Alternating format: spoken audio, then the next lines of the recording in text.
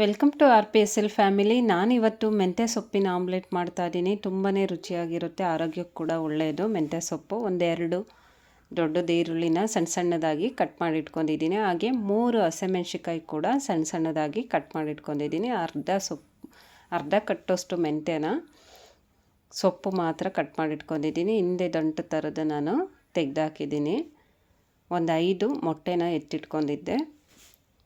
ಒಂದು ಸ್ಟೀಲ್ ಬಟ್ಲಿಗೆ ನಾನಿಲ್ಲಿ ಕಟ್ ಮಾಡಿಟ್ಟಿರೋದು ಹಸಿಮೆಣ್ಸಿಕಾಯಿ, ಈರುಳ್ಳಿ ಕೂಡ ಹಾಕ್ತಾಯಿದ್ದೀನಿ. ಇದ್ರ ಜೊತೆಗೆ ಮೆಂತ್ಯ ಸೊಪ್ಪು ಕೂಡ ಹಾಕಿ ಮೊಟ್ಟೆನ ಒಡ್ಕೊತಾ ಇದ್ದೀನಿ ನಾನು. ನೋಡಿ, ಮೆಂತ್ಯ ಸೊಪ್ಪು ಹಾಕ್ತಾಯಿದ್ದೀನಿ.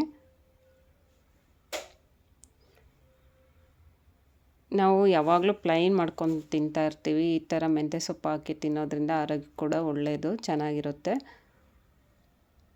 ಒಂದು 5 ಮೊಟ್ಟೆನ ನಾನಿಲ್ಲಿ ಹಾಕ್ತಾಯಿದ್ದೀನಿ.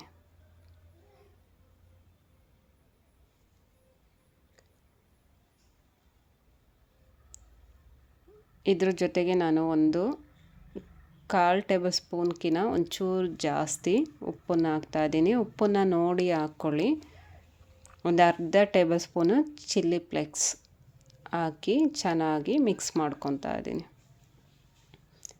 ಚಿಲ್ಲಿ ಫ್ಲೇಕ್ಸ್ ಮನೆಯಲ್ಲೇ ಮಾಡಿಟ್ಟಿರೋ ಅಂಥದ್ದನ್ನು ನಾನು ಹಾಕ್ಕೊಂಡು ಮಿಕ್ಸ್ ಮಾಡ್ಕೊತಾ ಇದ್ದೀನಿ. ನೋಡಿ, ಸ್ಪೂನಿಂದ ಈ ಥರ ನೀಟಾಗಿ ಮಿಕ್ಸ್ ಮಾಡ್ಕೊಬೇಕು. ಒಂದು ಸ್ವಲ್ಪ ಫಾರ್ಮ್ ಬರೋ ಥರ ಮಿಕ್ಸ್ ಮಾಡ್ಕೊಳ್ಳಿ, ಚೆನ್ನಾಗಿರುತ್ತೆ.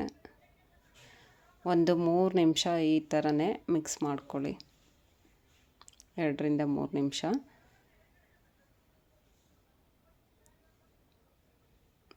ನೋಡಿ, ನಾವು ಈ ಥರ ಮಿಕ್ಸ್ ಮಾಡಿಟ್ಟಿದ್ದೀವಿ ಆಲ್ರೆಡಿ. ನೋಡಿ, ಈ ಥರ ನೊರೆ ಎಲ್ಲ ಬಂದಿದೆ. ಈ ಥರ ಮಿಕ್ಸ್ ಮಾಡ್ಕೊಂಡು ಈಗ ಹಂಚು ಕಾಯೋದಕ್ಕಿಟ್ಟಿದ್ದೆ, ಅದಕ್ಕೆ ಒಂದು ಅರ್ಧ ಟೇಬಲ್ ಸ್ಪೂನು ಎಣ್ಣೆ ಹಾಕಿ ಸ್ಪ್ರೆಡ್ ಮಾಡ್ತಾ ಇದ್ದೀನಿ.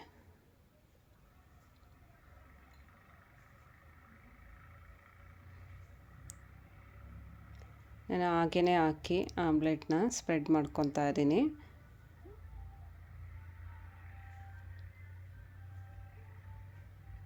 ಇದನ್ನು ನೋಡಿ, ನೆಕ್ಸ್ಟು ಈ ಥರ ಹಾಕ್ಬಿಟ್ಟು 2 ಕಡೆ ಬೇಯಿಸಬೇಕು.